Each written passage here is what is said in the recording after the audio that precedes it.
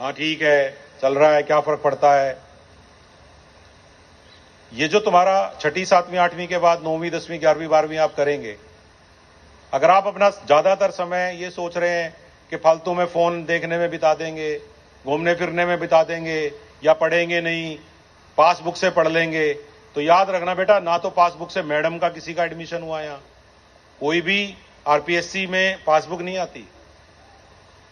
सब चीज पूछी जाती है आरपीएससी में भी, और आप आईएएस में यूपीएससी में भी सारी चीज पूछी जाती है। हमारी कोई पासबुक नहीं है।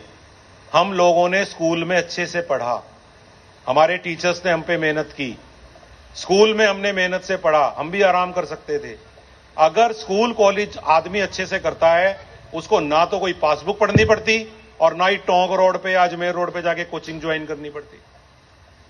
और अगर आप ये सोच रहे हो कि कोचिंग में जाने वालों को सफलता मिलती ही है, तो याद रखना, अगर कोचिंग में जाने वालों को सफलता मिलती ही है तो एक सवाल पूछना कभी। एलन, आपने नाम सुना होगा, इंजीनियरिंग की कोचिंग कराता है एलन, बड़ा फेमस है। एलन में 2 लाख बच्चे इस समय इंजीनियरिंग की तैयारी और मेडिकल की तैयारी करते हैं। 2 लाख एलन में, 2 लाख बच्चे।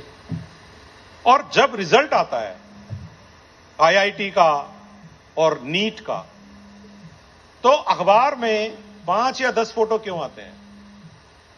क्योंकि उनको पता है कि इन 2 लाख बच्चों का एडमिशन कभी भी नहीं होगा।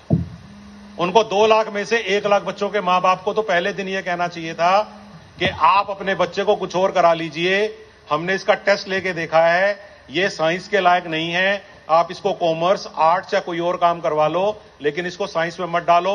वो ये कहते हैं कि मुझे तो 80,000, 1 लाख, 2 लाख मिलने हैं, मैं क्यों मना करूं, मुझे क्या लेना देना है, ये नहीं बनेगा तो नहीं बनेगा। और उसको ये पता है कि इनमें से 20 बच्चे पहले 100 में आ जाएंगे, मुझे तो उनकी फोटो छापनी है अखबार में, ताकि अगले साल फिर से 1 लाख पेरेंट्स आ जाए।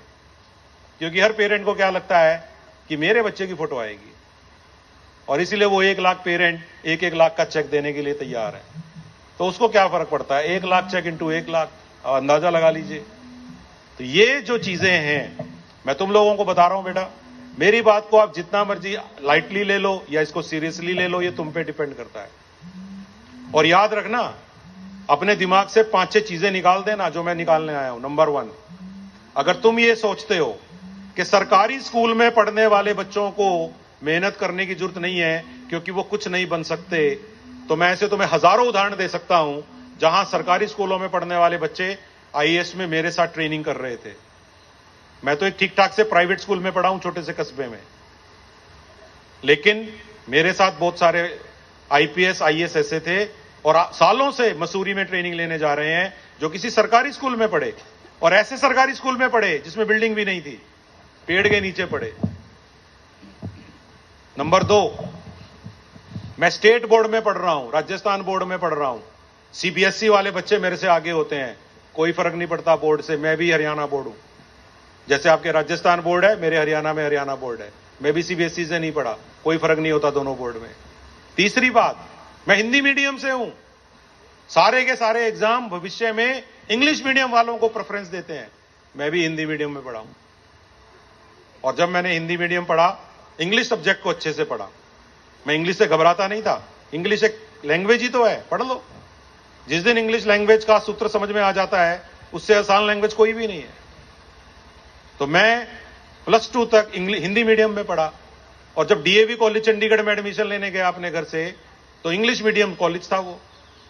3 साल मैंने ही टॉप किया था वहां पे, जबकि वहां पे कॉन्वेंट के बच्चे भी थे, कॉन्वेंट, मसूरी के कॉन्वेंट स्कूलों के इंग्लिश मीडियम बच्चे, जो सीबीएसई भी नहीं, ICSE board, international convent board से पढ़े हुए थे।